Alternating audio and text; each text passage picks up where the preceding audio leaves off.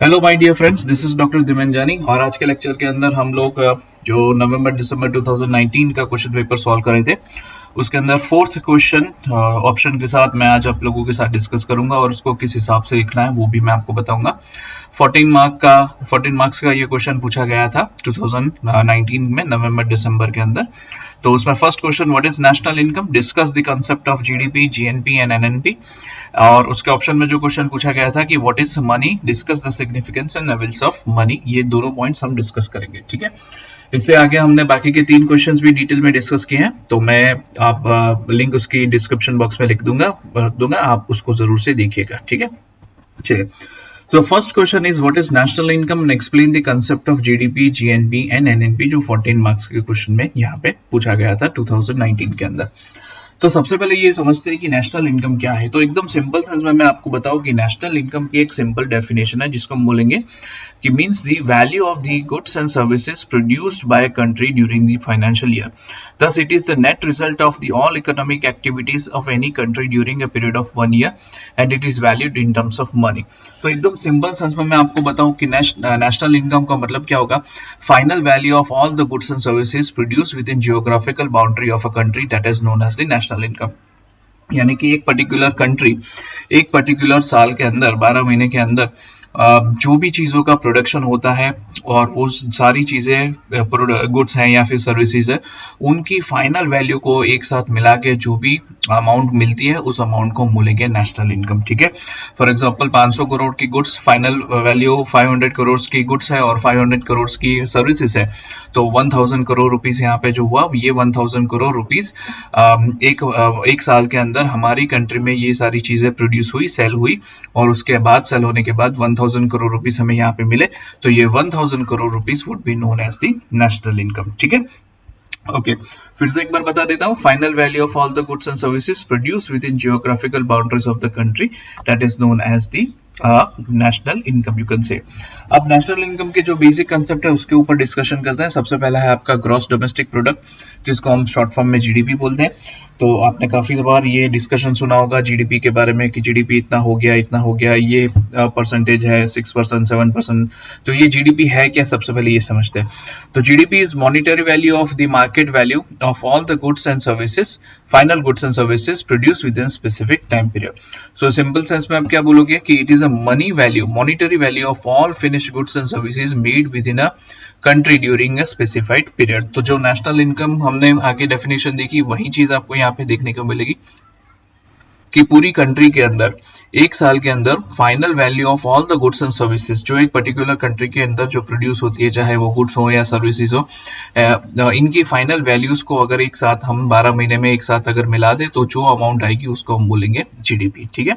तो GDP provides economic snapshot of the country used to estimate the size of an economy and growth rate. तो पिछले साल की GDP क्या थी, इस साल की जीडीपी क्या है, इससे हमें पता चलेगा कि हमारी कंट्री के अंदर प्रोडक्शन जो इकोनॉमिक एक्टिविटी है वो इंक्रीज हो रही है, डिक्रीज हो रही है। अगर इंक्रीज हो रही है तो कितना परसेंटेज इंक्रीज हो रही है, ये सारी इंफॉर्मेशन हमें जीडीपी के कैलकुलेशन से पता चलेगी, ठीक है। तो जीडीपी में भी 2 टाइप है आपको देखने को मिलेंगे, जीडीपी एट कांस्टेंट रेट और दूसरा है जीडीपी एट मार्केट, और you can say the current price. Constant price का मतलब क्या होगा कि हर कंट्री के अंदर कोई ना कोई बेस ईयर होता है, ठीक है।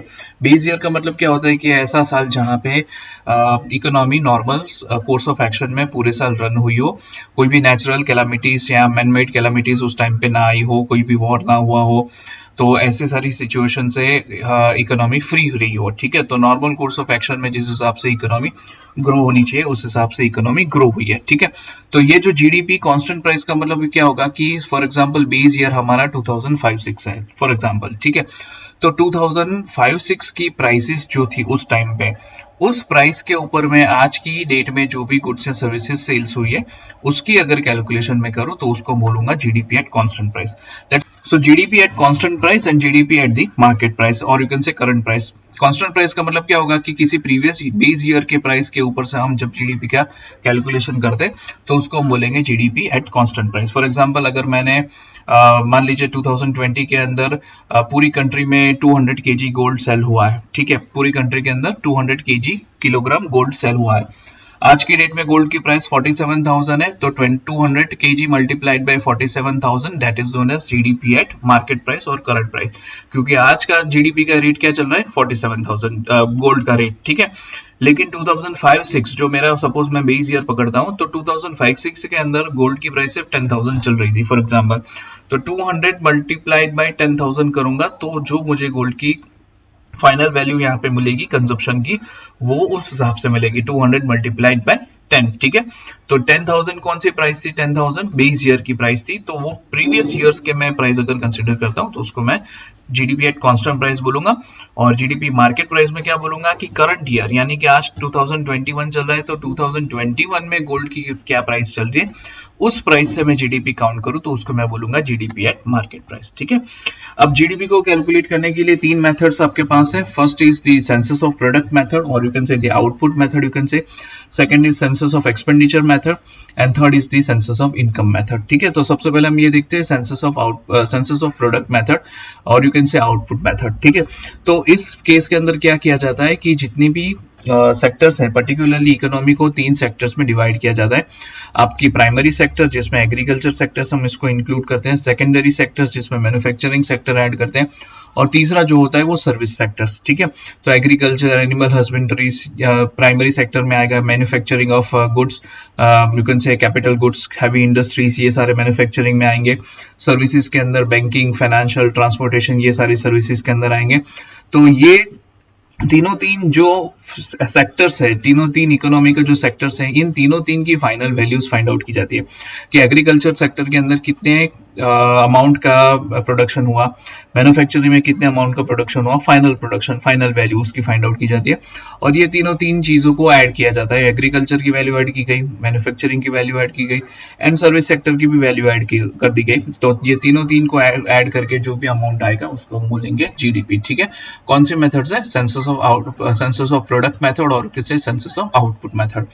Next is expenditure method. अब देखो यहाँ पे दोनों चीज में आपको एक सिंपल वे में एक्सप्लेन कर देता हूँ, जरा ध्यान से समझिए। अगर मेरी इनकम 10,000 रुपीज है, 10,000 रुपीज में से 8,000 रुपीज का मैं एक्सपेंडिचर कर रहा हूँ, ठीक है। दोनों मेथड्स में आपको साथ साथ में एक्सप्लेन कर देता हूँ, जरा ध्यान से समझिएगा। अगर मेरी मेरी इनकम सपोज 10,000 रुपीज है, 10,000 रुपीज में से 8,000 रुपीज का मैं कहीं पे एक्सपेंडिचर करता हूँ। लेट्स से फॉर एग्जांपल किराने वाले के पास से मैं 8,000 रुपीज का किराना परचेस करता हूँ, ये सिर्फ एग्जांपल समझने के लिए है, ठीक है।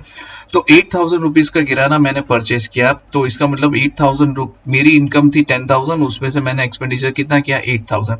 तो ये जो 8,000 रुपीज का एक्सपेंडिचर मैंने किया, ये 8,000 किराने वाले की तो इनकम हुई, are you getting my point. मेरा एक्सपेंडिचर किसी और का इनकम होगा, किसी और का एक्सपेंडिचर मेरे लिए इनकम होगा, ठीक है। तो इस तरह से ये इनकम एक्सपेंडिचर कंटिन्यूअसली चलता जाएगा। किसी ने पैसे खर्च किए तो वो मेरे पास है, मैंने पैसे खर्च किए वो उसके पास जाएंगे, वो पैसा खर्च करेगा वो किसी और के पास जाएगा, और अल्टीमेटली इसी तरह से पूरी इकोनॉमी के अंदर पैसा मार्केट के अंदर घूमता रहेगा, ठीक है। तो सेंसस ऑफ इनकम मेथड या फिर एक्सपेंडिचर मेथड दोनों कंसिडर अगर मैं करूं तो पूरी इकोनॉमी के अंदर जितने भी फैक्टर्स ऑफ प्रोडक्शन है, let's say for example 3 factors of production अगर हम अभी कंसिडर करें, लैंड, लेबर और कैपिटल, ठीक है। तो ये जो लैंड, लेबर एंड कैपिटल्स, ये तीनों 3 factors of production through out the year, यानी कि 12 महीने के अंदर अंदर कितनी इनकम अर्न कर रहे हैं, ठीक है। For example income of labours, जो वेजेस एंड सैलरीज उसको हम बोल सकते हैं, profit of private sectors, business जो एंटरप्रेन्योर्स अर्न करता है, rent income from ownership of the land, ये सारी चीजें अगर हम मिला दे और इसका टोटल हम कर दे तो जो भी अमाउंट आएगी उसको हम बोलेंगे GDP from the income method, ठीक है। ऑफ कोर्स इसके अंदर हमने अब्रॉड से भी अगर हमारी कोई इनकम हो रही है तो वो भी हमें यहाँ पे ऐड करना पड़ेगा। एक्सपेंडिचर मेथड के अंदर क्या आएगा, तो मेनली 3 से 4 हमारा एक्सपेंडिचर आएगा। फर्स्ट इज कंजप्शन एक्सपेंडिचर, जो आम आदमी, जो हमारे जैसे लोग कंजप्शन करते हैं, किसी भी चीजों का कंजप्शन करते हैं, तो उस केस के अंदर हमारा एक्सपेंडिचर होता है, ठीक है। Then investment expenditures, let's say for example अगर मेरी 50,000 रुपीज की इनकम है, 50,000 में से मैंने 45,000 का एक्सपेंडिचर कर दिया और उसमें जो 5,000 बचा है वो 5,000 में से 3,000 रुपीज मैंने म्यूचुअल फंड में इन्वेस्ट किया या फिर रिकरिंग डिपॉजिट ओपन कर दी, तो ये 3,000 रुपीज जो मेरा एक्सपेंडिचर हुआ that is also known as investment expenditure, भले ही मैंने कहीं पे इन्वेस्टमेंट किया है लेकिन एक तरह से वो एक्सपेंडिचर ही हुआ, मेरे पास से पैसा गया और बैंक में पैसा गया है तो बैंक वालों की ये इनकम होगी। Then afterwards you can say government expenditures. तो गवर्नमेंट बहुत सारी जगह पे एक्सपेंडिचर करती है, डिफेंस में एक्सपेंडिचर गवर्नमेंट का देख लीजिए, एरोस्पेस में देख लीजिए, बहुत सारे ऐसे सेक्टर्स हैं जहाँ पे गवर्नमेंट एक्सपेंडिचर करती है। ठीक है, तो ये तीन expenditures plus net net exports, तो नेट एक्सपोर्ट ये सारी चीजों को मिला के जो भी फाइनल फिगर हमें मिलेगा वो फिगर आपका जीडीपी कंसीडर होगा, चाहे आप इस मेथड से करो या इस मेथड से करो, दोनों के अंदर आपकी जीडीपी के फिगर सेम ही आने के चांसेस रहते हैं, कुछ प्लस माइनस थोड़ा सा होने के चांसेस रहते हैं, अदरवाइज क्योंकि जितनी इनकम होगी उतना ही एक्सपेंडिचर होगा। हमने एक्सपेंडिचर में क्या ऐड कर दिया है कि हमने टोटल कंजम्पशन प्लस इन्वेस्टमेंट दोनों ऐड कर दिया। मैं आपको सिंपल एग्जांपल बताता हूँ, देखो अगर आपको किसी भी पर्सन की इनकम जाननी है, आप उससे डायरेक्ट पूछोगे शायद नहीं बताएगा, लेकिन आप उससे पूछोगे भाई चलो तुम्हारा महीने का खर्चा कितना है, तो मैं बोलूंगा मेरा महीने का खर्चा 8,000 है। ओके, फिर मैं उससे पूछूंगा भाई तो कितना अमाउंट सेव करता है हर महीने, मैं बोलूंगा 8,000 मेरा एक्सपेंडिचर है और 2,000 रुपीज मेरा हर मंथली सेविंग है। ठीक है, तो 8,000 plus 2,000 equals to how much, 10,000।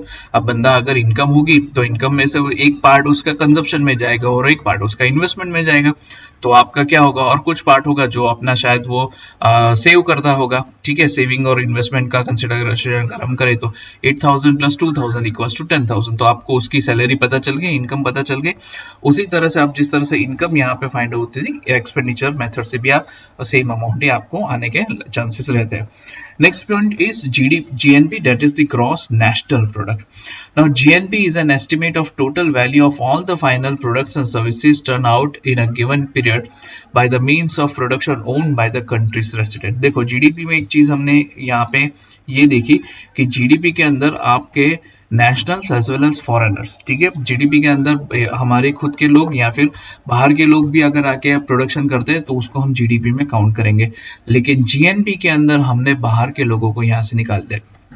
ये जो भी डेफिनेशन है सेम डेफिनेशन है, इसके अंदर फॉरेनर्स एंड नेशनल्स दोनों ऐड है, लेकिन जीएनपी के अंदर ग्रॉस नेशनल प्रोडक्ट के अंदर सारी चीज सेम रहेगी, लेकिन सिर्फ एक चीज चेंज हो रही है, that is by countries residents only, यानी कि कंट्री के जो लोकल पर्सन है वो ही गुड्स एंड सर्विसेज का जो प्रोडक्शन करते हैं उसी की फाइनल वैल्यू हम काउंट करते हैं।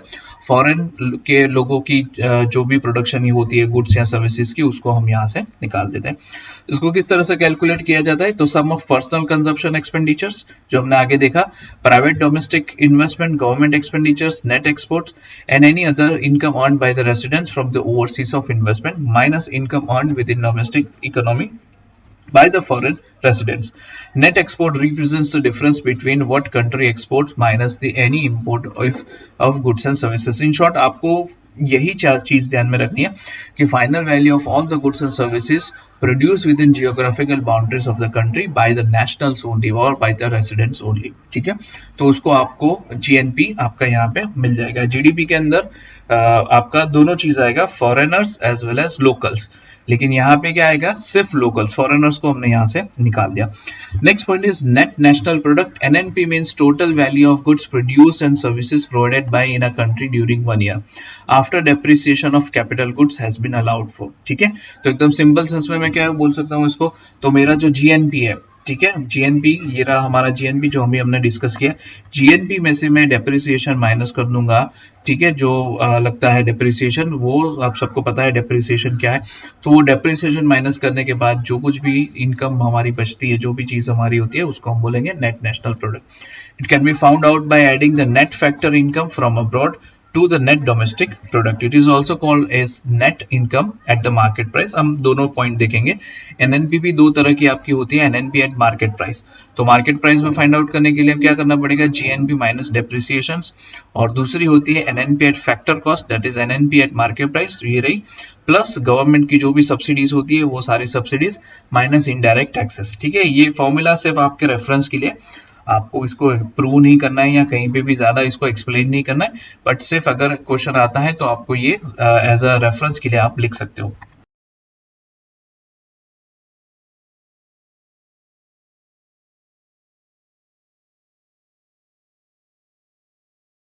discuss, that is the definition of money. Money is any object that is generally accepted as a payment for goods and services and repayment of debts in a given country or a socio-economic context. You can say money is any term or verifiable record that is generally acceptable as a payment for the goods and services and repayments of the debts, such as the taxes in a particular country. As per definition of Merriam-Webster, something generally accepted as a medium of exchange, measure of value, or a means of payment. But all these definitions are not considered as a much comprehensive until the Professor Crowther gave the definition of money. What he says is money is considered better as it takes into account of all the important functions of the money.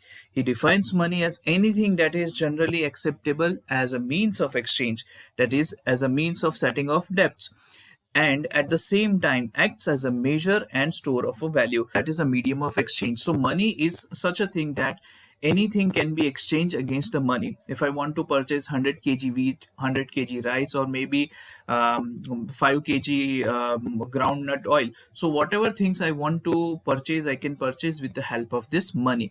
Second point is a unit of account. So each and every transactions are measured in terms of money. So if I want to purchase a mobile, I need to understand the cost of the money, cost of the mobile. So cost of the mobile is measured in terms of money, say 20,000, 30,000, 40,000. If I want to purchase a plot of land, the price of plot of land is also expressed in terms of money, that is, you could say 25 lakhs, 30 lakhs, 1 crore, 2 crore, etc. So money serves as a function of unit of account. Third point is store of a value. If I'm having 50,000 rupees in my bank account, that indicates that I have purchasing power of 50,000. If I'm having 500 rupees in my wallet, I can say that I am carrying the purchasing power, or you can say store of value, store of money value of 500 rupees, and I can utilize at any point of time. Next one is occasionally a standard of deferred payment. It indicates that even future transactions are also carried out and they are also expressed in terms of money. Let's say, for example, if there's a birthday party in my family and I want to purchase a cake, so I had given a cake order of costing 1,000 rupees. So after 3 days, when I'm going to purchase the cake, I have to pay 1,000 rupees and the other person will give me the cake which I have ordered earlier. So that 1,000 rupees is the price of cake, 1,000 rupees, it is expressed in terms of money. So money is also a standard of deferred payment. Moving on the next point, that is the money and near money. Now let us understand the basic difference between money and near money. We all know what is money. We have seen these four different types of functions, that is the medium of exchange, unit of account, store of value, and standard of deferred payment. We discussed this definition. Now let us begin with the significance or the importance of money. It is true that what we really want is not money, but the goods and services which money can buy. It is the goods and services which satisfy the want of the people and not the money as such. But it must not be concluded from that this money is of no real importance. In modern economics, life based on the complex division of labor or specialization, which has added so greatly to the productivity of the economy, will not be possible without the money. So today we are going to discuss major importance of the money in the economic structure. First point, that is money has facilitated exchange and promoted trade. In the first place, by serving as a medium of exchange and a common measurement of a value, money has removed the difficulties of barter system and promoted trade in the economy. The difficulties of barter system, namely lack of double coincidence of the wants, lack of division, lack of common measure of a value, are well known. By removing this difficulty, money has greatly facilitated the process of exchange. In the absence of money, trade and exchange must have been few and far between and entailed a great waste of time and energy. Second point is money promotes division of labor and productivity. Money is of a great importance as it promotes division of labor and productivity in the modern economics. Since under the barter system, exchange was difficult, a man had to be self-sufficient, that is, produced most of the goods for him. In the absence of money, there were great difficulties in exchange of goods and services. This worked as an obstacle to the division of labor and specialization among the various individuals and the nations. Since the application of money, it has promoted division of labor and productivity and has enhanced the economic structure of the system. Next point is money promotes saving. A great significance of money is that it contributes a great deal to the increase in savings of economy. Money has made saving easier than the barter system. Increase in saving leads to increase in investment which determines economic growth of the country.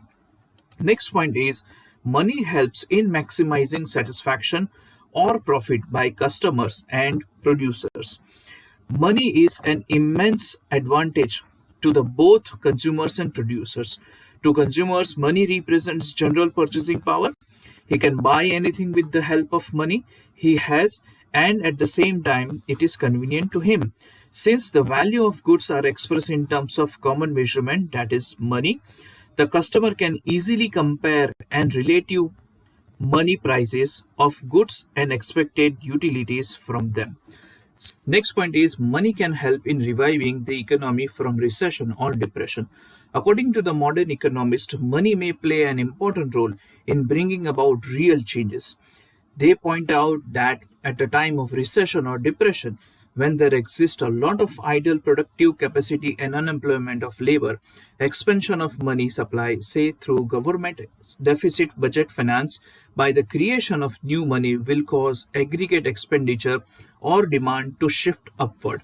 This increase in aggregate expenditure or demand will cause output and employment in the economy to rise and thus will help economy to recover from recession or depression. So we conclude that money is having most important place in the economy itself, but as we know that each coin has two sides, there are also certain problems and issues which are associated with the money.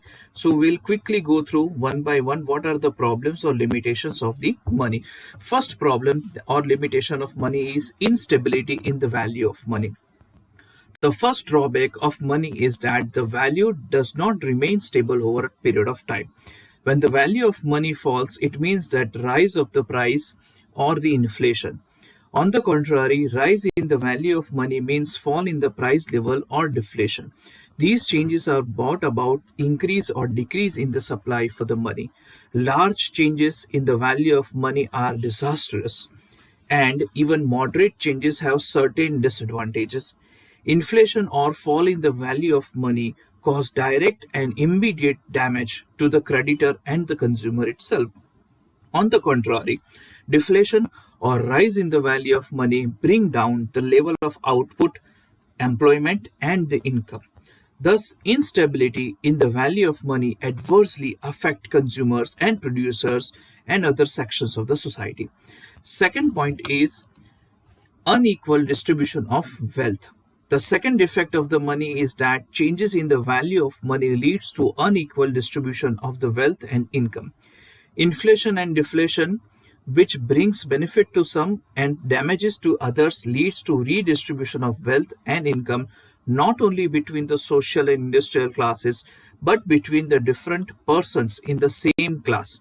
Such changes in the structure of society widen the differences between the rich and the poor, leads to class conflict. So rich becomes more rich and poor becomes more poor.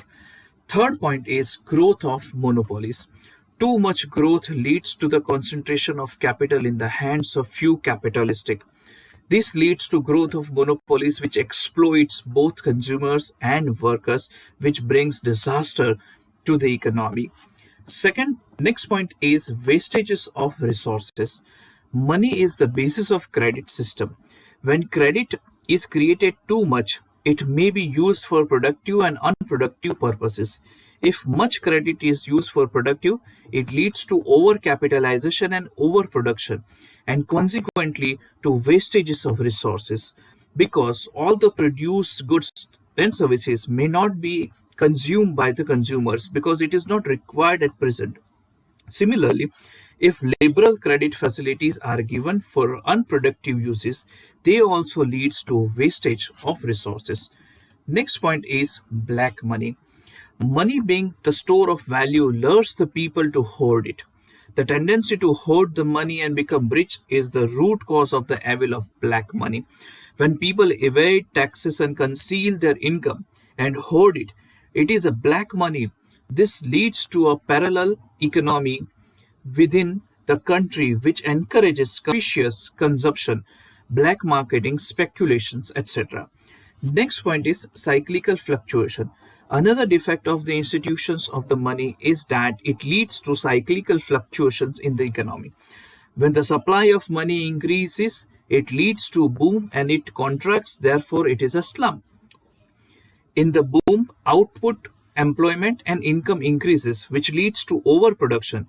On the contrary, they decline during the depression, thereby leading to underconsumption. Such cyclical fluctuations brings untold miseries to the people. Point is lack of ethical or moral behavior. Besides above noted economical drawback of the money, the institutions of money has brought down the moral, social and political fiber of the society. It leads to the corruption and turpitude of political and murder, of deception and betrayal. Next point is political instability. Over issue of money leading to hyperinflation leads to political instability and downfall of the government. This has happened in many Latin American countries. Next point is tendency to exploit. People who want to amass of money and wealth adopt underhand methods and have tendency to exploit others. Even nations are not far behind in this. As pointed out by Davenport, money has enabled strong nations to destroy backward communities to win them on their side with the help of financial aid. Take the best example, Chinese policies of expansion. They are doing the same thing because of money. I hope, my dear students, you all are satisfied with the explanation of this points. If you have any questions or issues, you can write to the comment sections and I'll be answering as quick as possible. If you like this video, kindly press the like button and subscribe to this channel for upcoming videos. Thank you so much.